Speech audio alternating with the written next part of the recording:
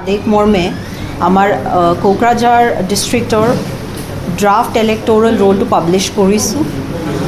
আমাৰ draft ইলেক্টোৰাল roll আমি প্ৰিপাৰেশন ওয়াৰ্কস complete কৰিলো আৰু আপোনালোকৰ ওচৰত আমি ৰাখিছো তথ্যখিনি। আপনি দেখিবলৈ পাম যে আমাৰ যিমান 12টা কনস্টিটুৱেন্সিজ আছে তাৰ আন্ডাৰত আমাৰ টোটাল মেল ভোটাৰ্স আহিছে 3,50,325। আমাৰ ফিমেল ভোটাৰ্স আহিছে 3,50,280। আমাৰ ট্ৰান্সজেন্ডাৰ ভোটাৰ্স আছে 5 গৰাকী আৰু আমাৰ টোটাল ভোটাৰ্স আহিছে 7,06,110। মই আমাৰ কোকৰাঝাৰ ডিস্ট্ৰিক্টৰ বাসিন্দাসকলক অনুৰোধ জনাম তেখেতসকলে online electoral roll management system OERMS পোর্টালত এখন সিটিজেন্স কর্নার বুলি আছে। সিটিজেন্স কর্নারত আমি এতিয়া আমার মিডিয়া বন্ধুসকলৰ কাৰণে এখন ডেমো দিছিলোঁ। সিটিজেন্স কৰ্নাৰত গৈ তেখেতসকলে চেক কৰিব পাৰে। এপিক নম্বৰ নিজৰ এপিক নম্বৰ যদি তাত এন্ট্ৰি কৰে গোটেই ডিটেইলছটো আহি যাব। যদি এনেকৈ সিচুৱেশ্যন হয় যাত ডিটেইলছটো নাহে মানে আপোনাৰ ইলেক্ট'ৰেল ৰোলত নাম নাহে তেন্তে আপোনালোকক মই অনুৰোধ জনাম ফৰ্ম A বুলি আছে। ফৰ্ম A আপোনালোকে সাৰ্কেল অফিচৰ পৰা ল'ব পাৰিব।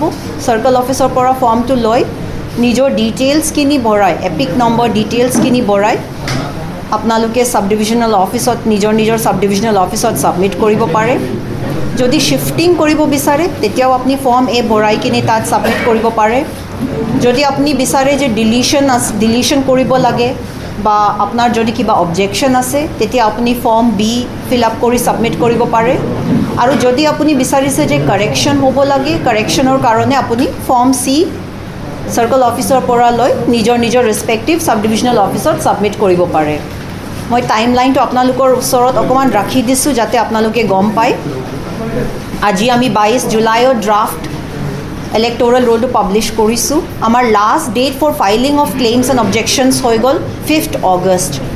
আপোনালোকে প্লিজ এইটো ডেটটো মনত ৰাখি ল'ব কাৰণ আৰু আমাৰ last date for disposal of claims আছে 11 অগষ্ট আৰু আমি 13 অগষ্টত আমি ফাইনেল পাব্লিকেশ্যনটো আমি কৰিম আৰু 18 অগষ্টত আমি ফাইনেল পাব্লিকেশ্যন অফ পলিং ষ্টেচনছটো আমি কৰিম।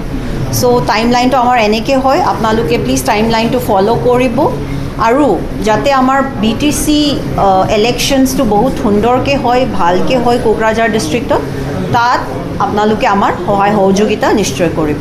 ধন্যবাদ।